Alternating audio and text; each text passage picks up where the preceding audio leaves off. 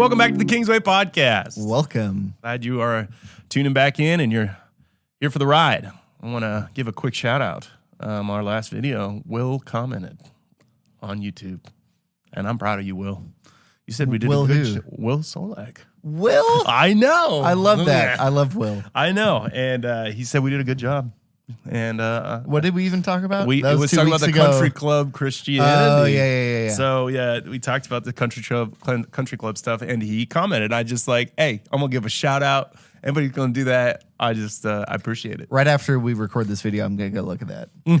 I love that. It was just a cool little thing. Well, we're jumping back into it. It's been pretty crazy. Yeah. So we had an episode come out last week. That was the Country Club Christianity one. Mm-hmm. But we haven't recorded an episode in 2 weeks because last week was camp, which Will was at.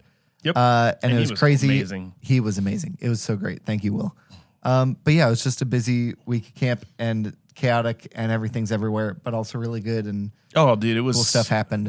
Probably some of the best core memories some of those kids are going to have for a very long time.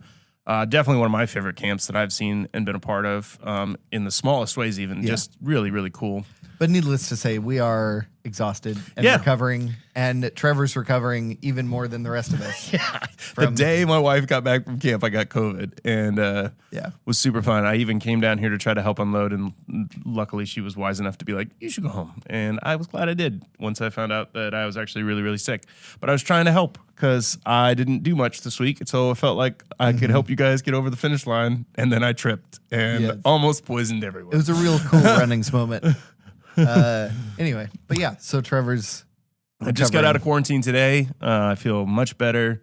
But because of that, I didn't get to preach this last Sunday, and John graciously stepped up, John Coward, and he preached a great message and totally in his lane and what God gave him, and the Holy Spirit, I think, moved, and it was awesome. I'm not trying to undermine anything that he said from Sunday, but I told Ryan yesterday, we were just talking about I was going to come back in, and I was feeling better, and I was like, I really had a cool message that I wanted to share. You had a whole sermon written. And everything just ready. To get sick. And then I got sick, and I didn't get to teach it. And because it is kind of like a series that was from my brainchild, kind of something I felt like I was supposed to teach, I said, would it be weird or would it be a good idea to go ahead and just like talk about it on the podcast? And you were like, I don't think it'd be weird at all.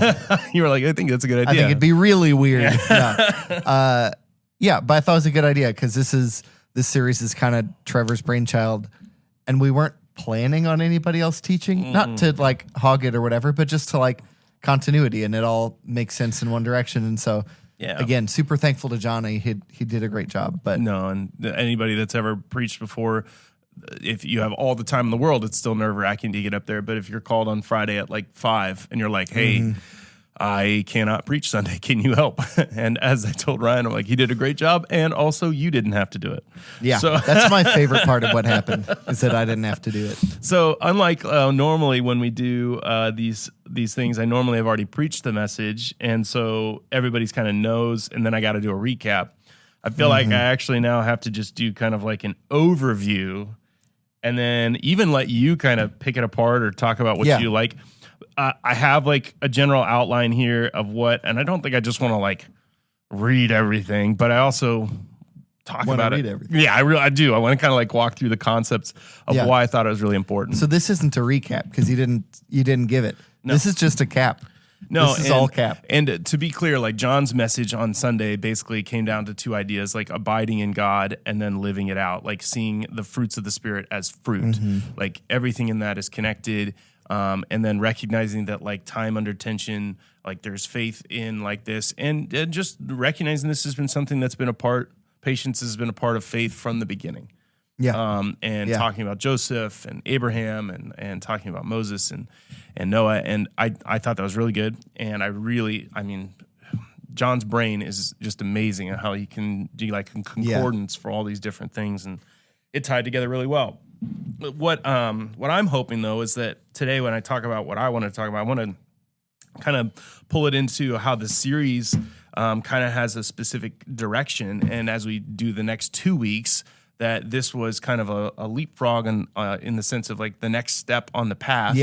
And So because this is a standalone podcast episode, why don't you kind of like start with which is kind of what you did last week, but start with a series, like general overview. What are we talking about? Yes. Why is it important? I think that's the key. So the concept of this series really came around this idea of family values. And normally in August, maybe people have recognized this or maybe they don't. I try to talk about something that's around families. And it's not necessarily to isolate those that aren't maybe in that stage of life anymore or aren't married and don't have kids. It's more just recognizing there's a large portion of our church that are in that stage of families and trying to help them realize as they're going into the next school year that a lot of times there's lots of things that need to be intentionally taught, intentionally prioritized, intentionally thought about. So not wanting to leave anyone behind and wanting it to feel like it's a congruent series for everybody, but also kind of subconsciously hoping that those families are leaning in. Yeah. And so the concept around this was the kind of the phrase that gets thrown around. I learned everything I needed to know in kindergarten. And the values that I pulled out that we wanted to isolate were these 4 values. The first one that we did last week that is slipping my mind right now. Sharing is generosity, sharing. See, I held on to that. He did not have I'm it. Very, he was very lacking. proud of you. I shared what I had. What I pulled out from that message and what I was hoping that people would hear is that oftentimes the things that we learned in kindergarten were taught as an obligation, a part of society. Like, this is what you do to be a functional part of society. Mm-hmm. And maybe as Christians, we never really recognize that we need to pull that into not just being an obligation, but actually pull it into our character as an opportunity to reflect God. Yeah, because as a church, we realize that like the salvation message, the gospel, some of these biblical truths are really important. But also, Jesus spent 33 years on this earth and only had a 3-year ministry.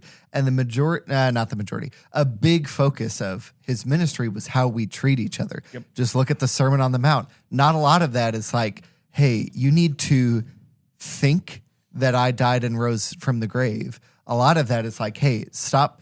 I see that you're abiding by don't murder each other.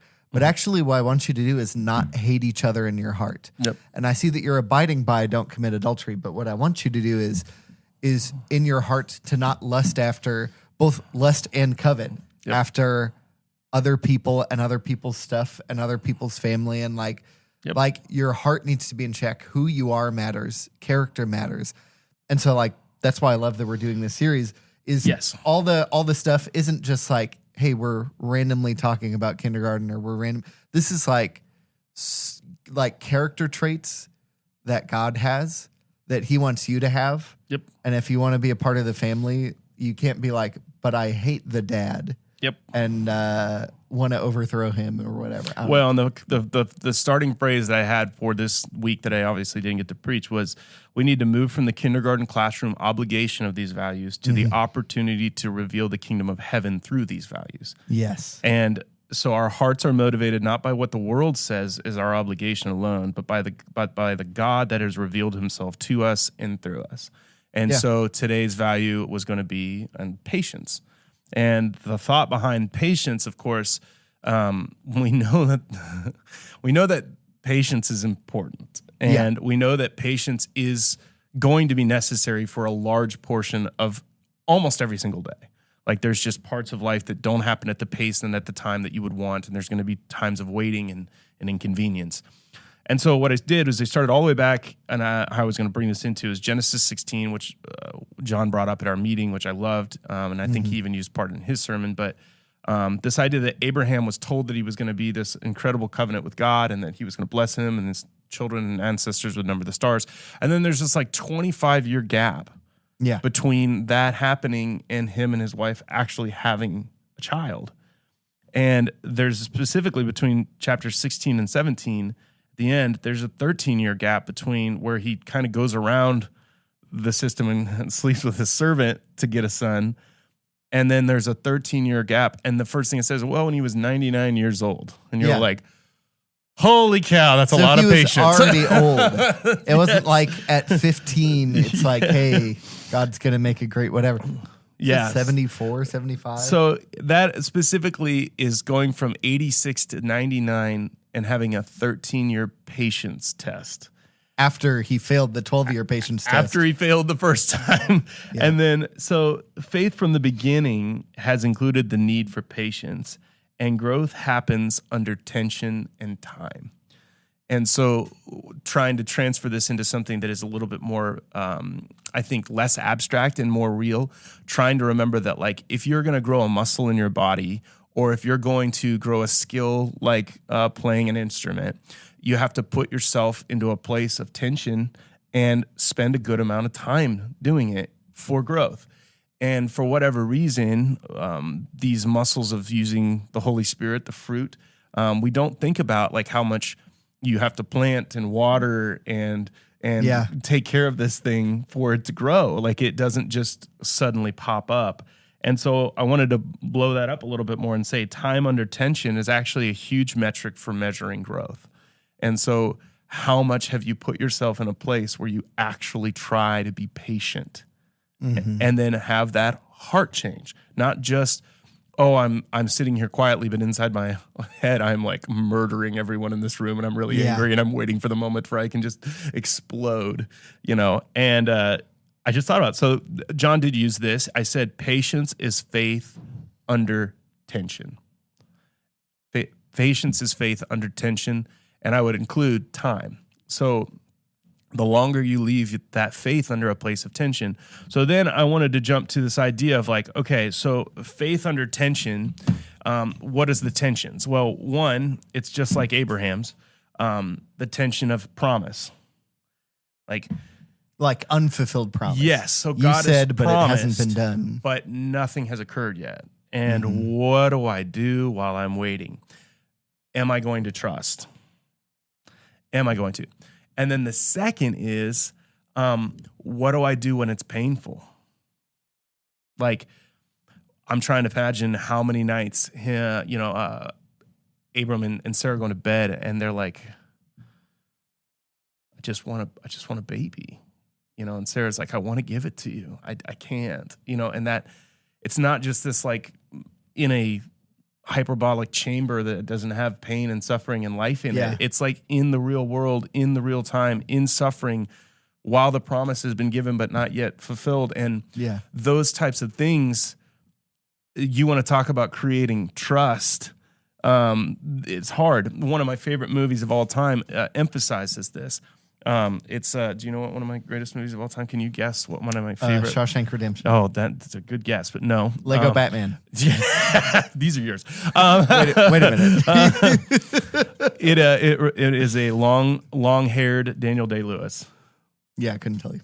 Okay. Last of the Mohicans. Okay. You know Last of the Mohicans. Yeah. So there's this famous scene in Last of the Mohicans, which Daniel Day-Lewis, it's like one of his best performances. He is anyway, he's a character in the book that's like the main like romantic hero. Like, you want to be him. Like, when you watch the movie, you're like, I am him. Well, they get cornered by the enemy, and they're underneath this waterfall, and they can jump out the waterfall, but all the women and the other people that are with them, they're too injured. They're not capable. And so they're trying to decide, if we leave, we might be able to survive, and then we might be able to find you later and rescue you. But if we don't leave, they're going to kill us, and they might take you guys, and then there'll be nobody to rescue you. And so it seems like a cowardly act, right? Like, I'm going to save myself. And so he pulls the woman in, and he looks at her, and he goes, you stay alive, and I will find you. No matter how far, no matter how long, I will find you. You stay alive. You survive. And I'll find. And it's just, the music builds and all this stuff. And so then they jump, and she's taken. And they're taken to and it's just this powerful moment of like, is she going to be able to trust through his promise and through the pain of like, am I going to be tortured, raped, hurt? Like, what's going to happen to me until he finds me? And it's a beautiful story, and I won't ruin it, but it's a perfect description of basically what God is offering to the world. And what we're hanging on is this painful thought of like, I'm coming back for you. I'm not going to leave you. You are not alone. No matter how alone you feel, no matter how hard things get, I will never leave you nor forsake you. That's Jesus' promise. I feel like the way my brain is trying to rephrase those two things that make patience hard is, do I trust in the person who my patience depends on? Like, let me rephrase that. I didn't even like that. So like, I'm going to be patient only because I'm trusting that this outcome will happen and this person will make it happen. So do I trust the person? And do I trust that they can make it happen if they want to? Yep. That they have the power, that they will like. So in that instance, Daniel Day-Lewis, what if he's like, stay alive, I'll find you. And he jumps out the waterfall and hits a rock. Yep. Done. That's Into it. the movie. It's over. And she doesn't even know that happened. Yeah. Like she could just be waiting her whole 20 years. age. Yep. And the longer it goes on, it's like, did he die at that waterfall? Did he get... Or did he just go, it's too hard. I don't want to do it. Did he get cut on the way out of that waterfall by that rock? And then like it get infected and he lost his legs or a leg or whatever. And now he like doesn't have the ability, the capability. Yep. Like, yep. So when we're talking about patience, we're talking about patience with other people, but we're also talking about patience with God, like Abraham and Genesis 16:17, that moment. And that's what's so beautiful about this is because then we pull it into the New Testament and we see that patience is still a part of Jesus's ministry. And specifically in John 11 is where I want to go because I think it's one of the perfect examples played out in a short period of time, what often is played out in a long period of time, if that makes sense. And in John 11, Lazarus, Jesus' probably best friend from childhood, as best we can tell, very close friend. We find out he's sick and that this servant, messenger, friend, whatever, of Lazarus comes and tells Jesus, like, hey, he's sick. He needs help. And Jesus specifically says he waits. And it's like, why? Why are we waiting? Yeah. And you're like this is the perfect example of like, why don't we go now? Like, what are we doing now? Like, when are we going to get there? Like, like the very antithesis of what we would think of like, hey, this is not a time to wait. This is not a time to be slow. This is a time to be quick and to act and to do the thing. And Jesus says, no, I have bigger things planned. And it's going to take a little bit of waiting.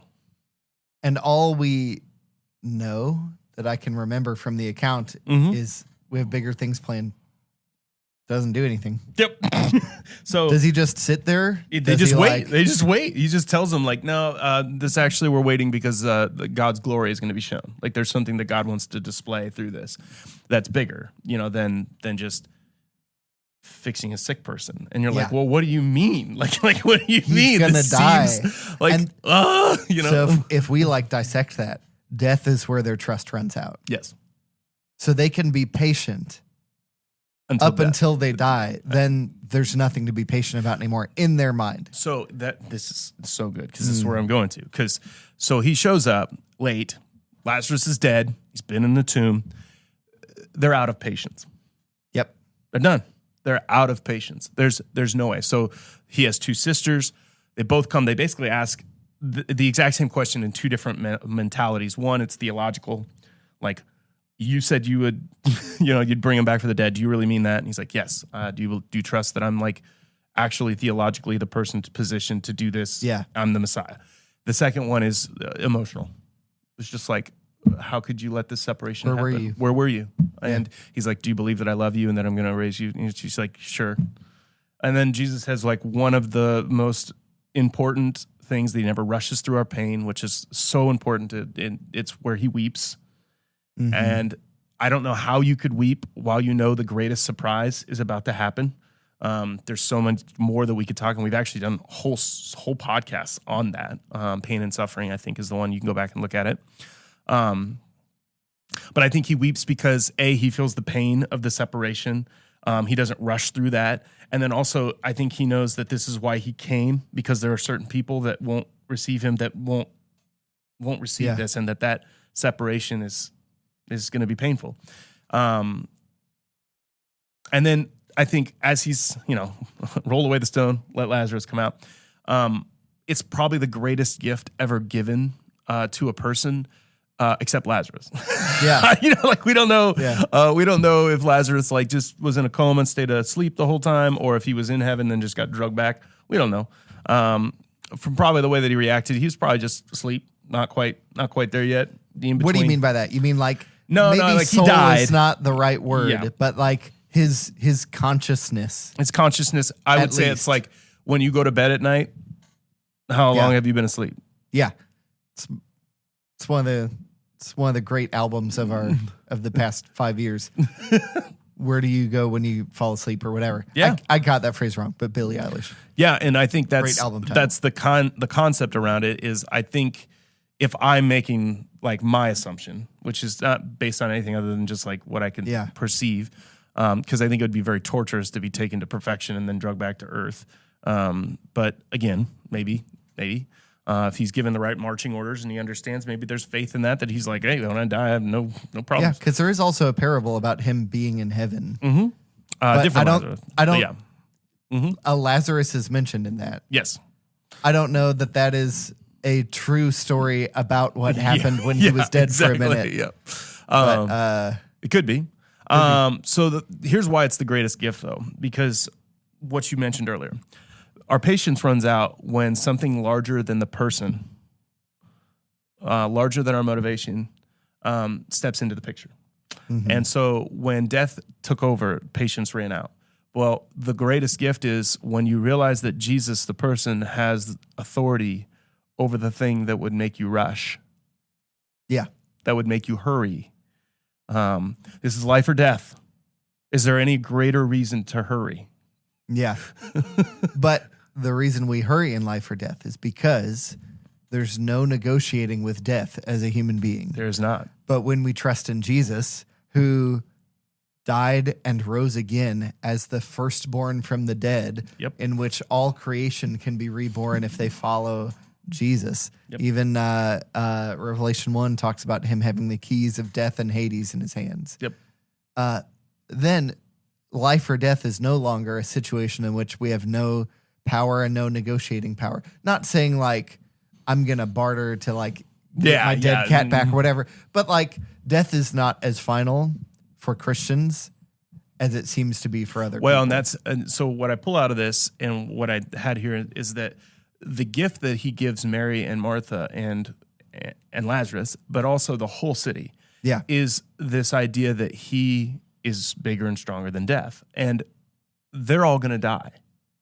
Yeah. Like every single one of them dies. And so that fear then is dismissed. It's no longer this thing that they have to worry about. And if you play it back and you knew the ending and you let them redo what they said, it's an opportunity for patience that would be an opportunity to show faith. Yeah. If he showed up and Martha met him at the gate and says, I just want you to know, I trust you. I trust you, and I trust your timing. This is painful, but I trust you. Mm-hmm. If you play it back to Martha, I am weeping and crying because we are separated, but not because I do not trust in you. Yeah. I believe you. Those are opportunities in their pain, in their patience, in their separation that reveals their faith. And why that's difficult is because we didn't see Lazarus come out the tomb. Yeah. We didn't see, this whole thing happen. And in hindsight, of course, it's easy to see what could have been in their patience. If you want to feel this feeling, go watch Lord of the Rings, all three of them. And in the first one, there's a wizard and he dies. Yes. And in the second one, I'll let you be surprised if you haven't. The story's about 100 years old at this point, so like it's stinking awesome too. But yeah. So what waiting often gets misconstrued of is we also have to realize that when we're waiting, God is up to something. Like he is not stagnant. He is not ignoring us. He is up to something. And he's not out of control. No. And so oftentimes in the waiting, when we're under tension, we choose to believe the punishment, that what we're going through is punishment rather than God getting us positioned. And I think oftentimes if we wait to see that patience positions us to reflect God, and the longer and the more faithful we are in that patience, often the more that positioning reveals itself. It's why when I read Levi Lusko's book, Through the Eyes of a Lion, about his 7-year-old dying of an asthma attack, he can't tell you the day that she died, why. But 5 years later, he can tell you it's his platform.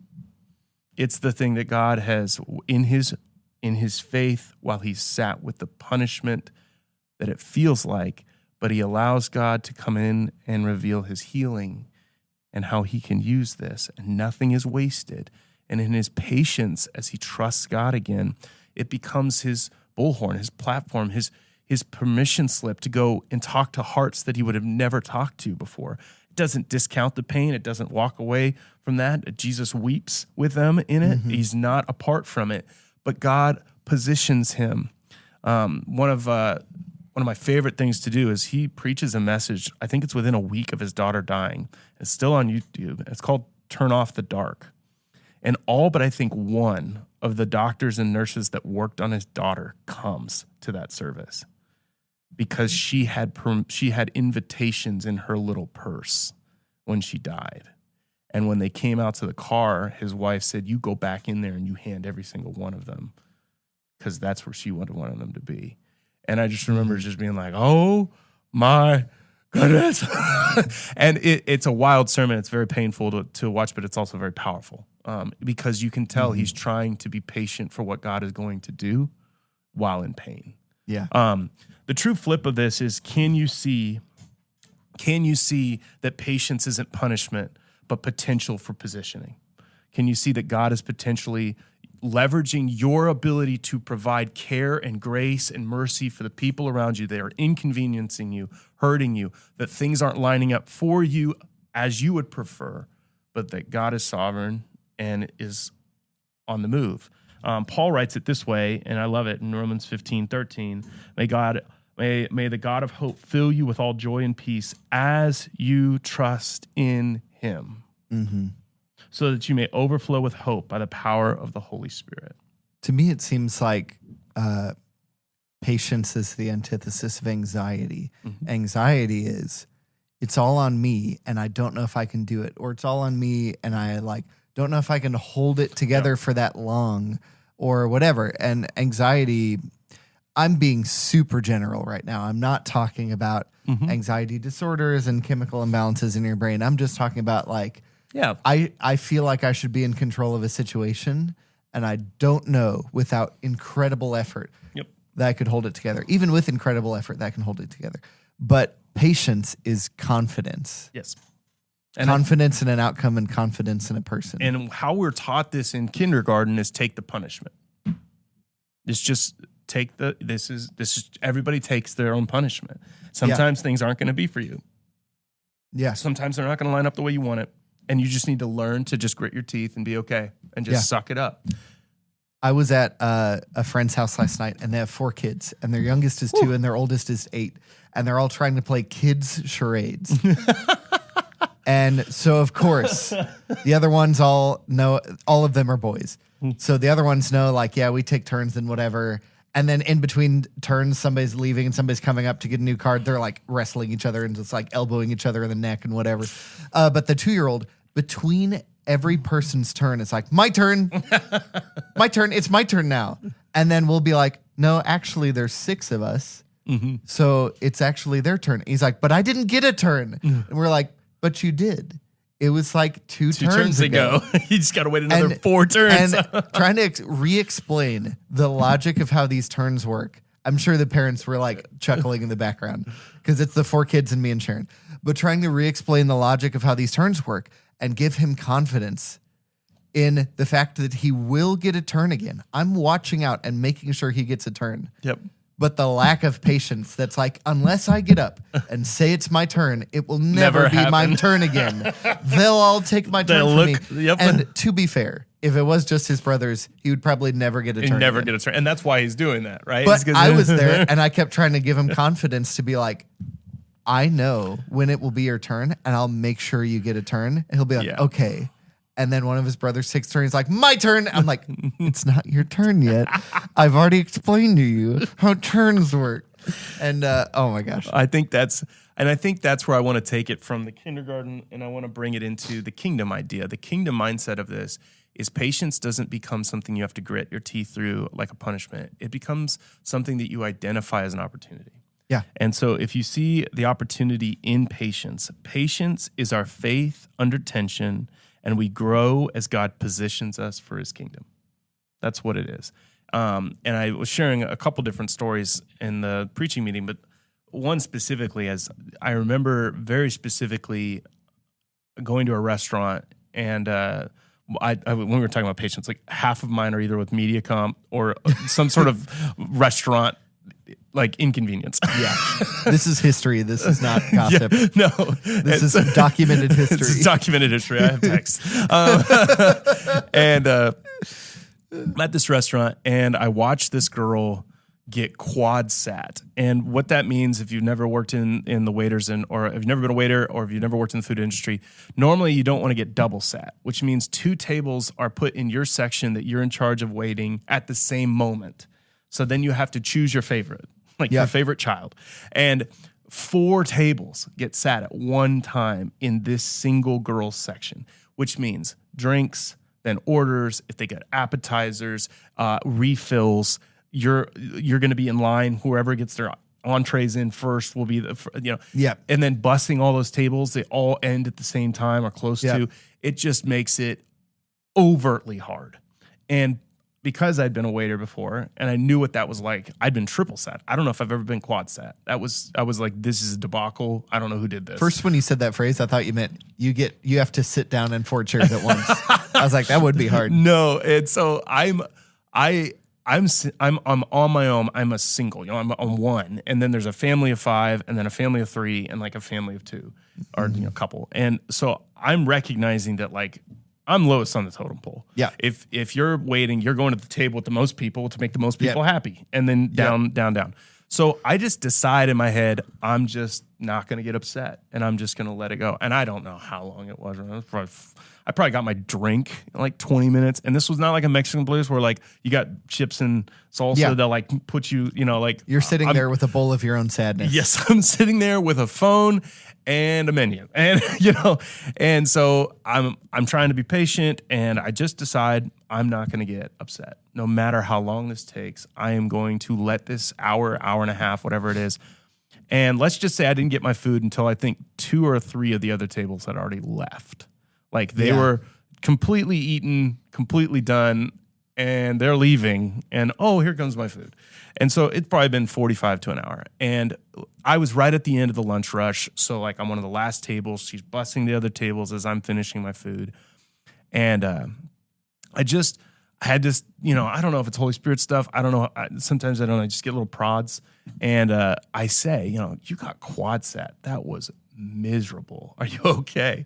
And she goes, I think so. My friend got in a horrible car accident on her way to work, and she's at the hospital right now in surgery.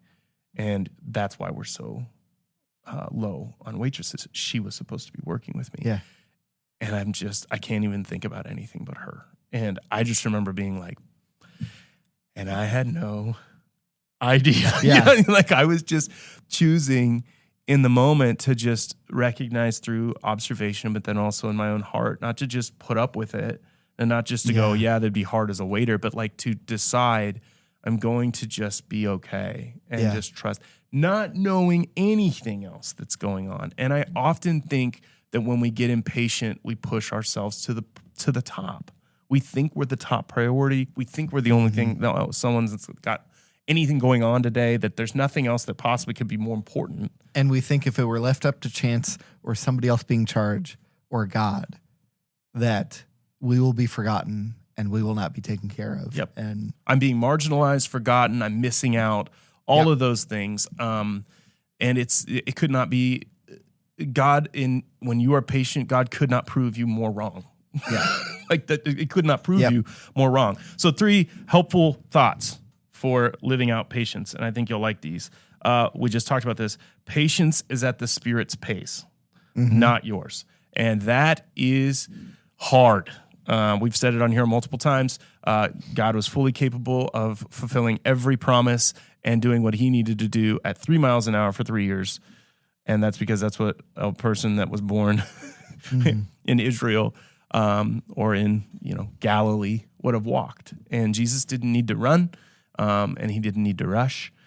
He just walked, and he did what God called him to do, and oftentimes at a slower pace than even his disciples were comfortable with. Yeah. And took directions and paths that they weren't fully, and it's at the Spirit's pace. And that includes your own growth. That includes your own discovery of some of this stuff.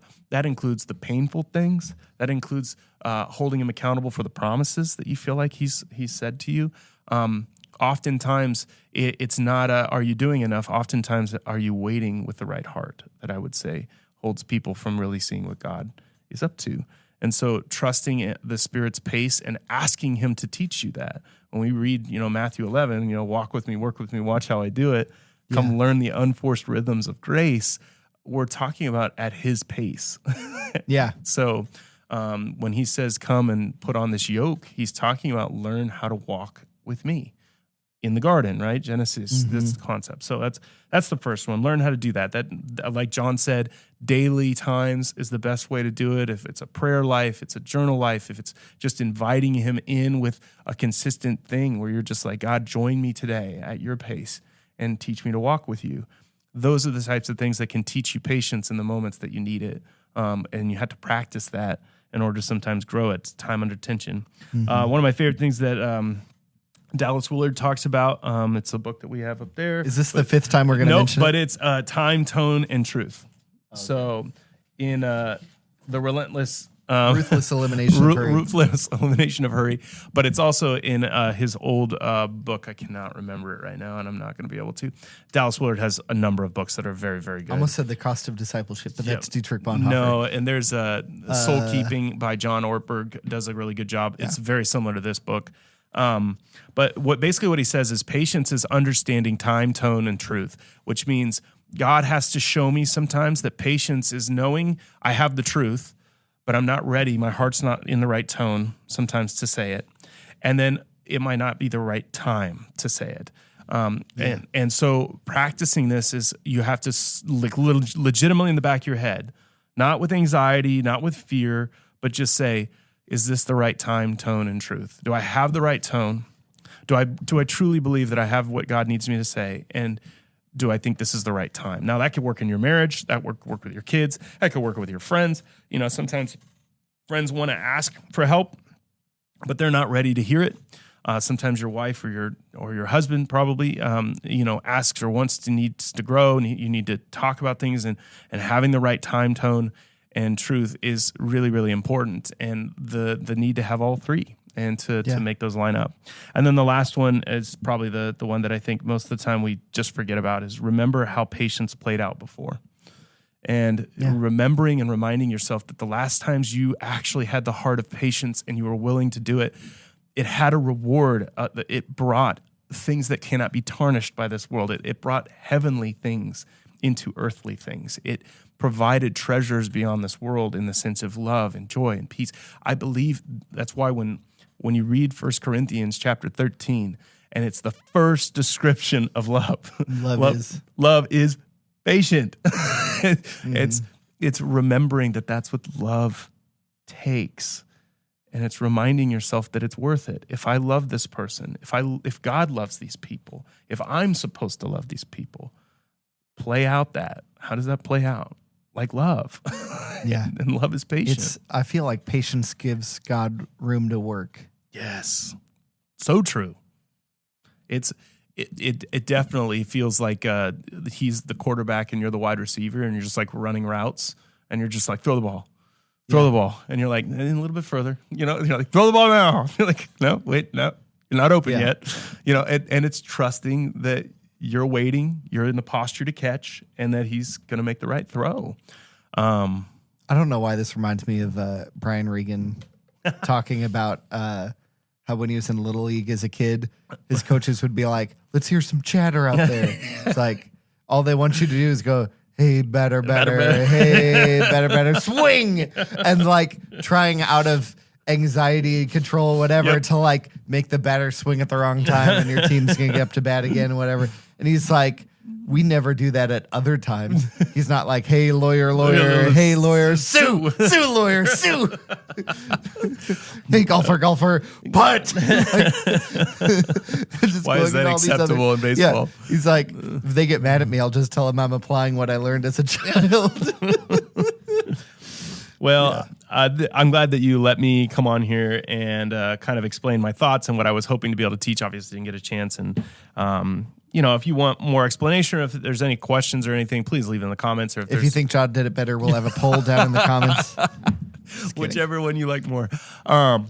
Again, I really think that just pulling this out away from obligation, like, I'm supposed to be patient, rather than just seeing it as God's opportunity for God to position you in a sense of like to be his revealing to this person, to show his love to this person. Patience is relational. It is. Because patience is trusting that God is never going to be out of control and is never going to be like, I didn't see that one coming. I got to regroup, whatever. So one thing I wanted to add is that there's a large Christian tradition of patience, not just as like a character trait, but as a thing. And we've been doing that the past couple Christmas seasons called Advent. And it's just waiting on Jesus to show up at the end of time and make all things right, in the same way that the original people of God did the first time, waiting for the Messiah to show up and bring clarity about God and restore the kingdom, even though it looked a lot different than what they thought. And some of these kind of things, it's a big Christian tradition to be waiting on God, even a big tradition in Scripture, to be waiting on the Lord. It's a relational waiting, a relational patience. That is, God knows what he's doing. He's not out of control. I'm here. I'm ready to respond when he speaks or moves or asks me to do something. But it's not my job to make God do stuff. And I God's think not waiting for me to tell him to do stuff. Go on ChatGPT or go on Google and type in waiting on the Lord or wait for the Lord as things that are, it's hundreds of times that it's mentioned. And the idea of just you feeling like you know what you need to do and then you have it all figured out, and God trying to go gently, like you said, like a 2-year-old, hold on, it's not your turn yet. Wait just a second. Usually haste leads to sin. Well, and it does. And I think oftentimes that's, I said this in the week 1 with sharing, hurried compassion does not exist. When you're hurrying, compassion literally in your brain ceases to be available because your brain shifts to fight or flight. And so when your blood pressure and your heart rate goes up, you're not thinking about how hungry you are or compassion for other people. Certain parts just literally physiologically shut down. And that's just at that level, let alone a spirit tenderness to what's going on. And I think patience is opening yourself up, like you said, for that positioning, being willing, waiting on God to show up. So, well, as always, thanks so much for listening. If you made it this far, and like and subscribe or leave us a review. Always, you can shoot a comment if you want to hear us talk about something else, or if there's a topic or a thing that's going on in the world that you're like, man, I'd love to hear your guys' thoughts. We have all the right opinions. Oh yeah, we have all the answers. Exclusively correct opinions. Have a great Lord, stay in the Lord. We'll see you guys next time. See you.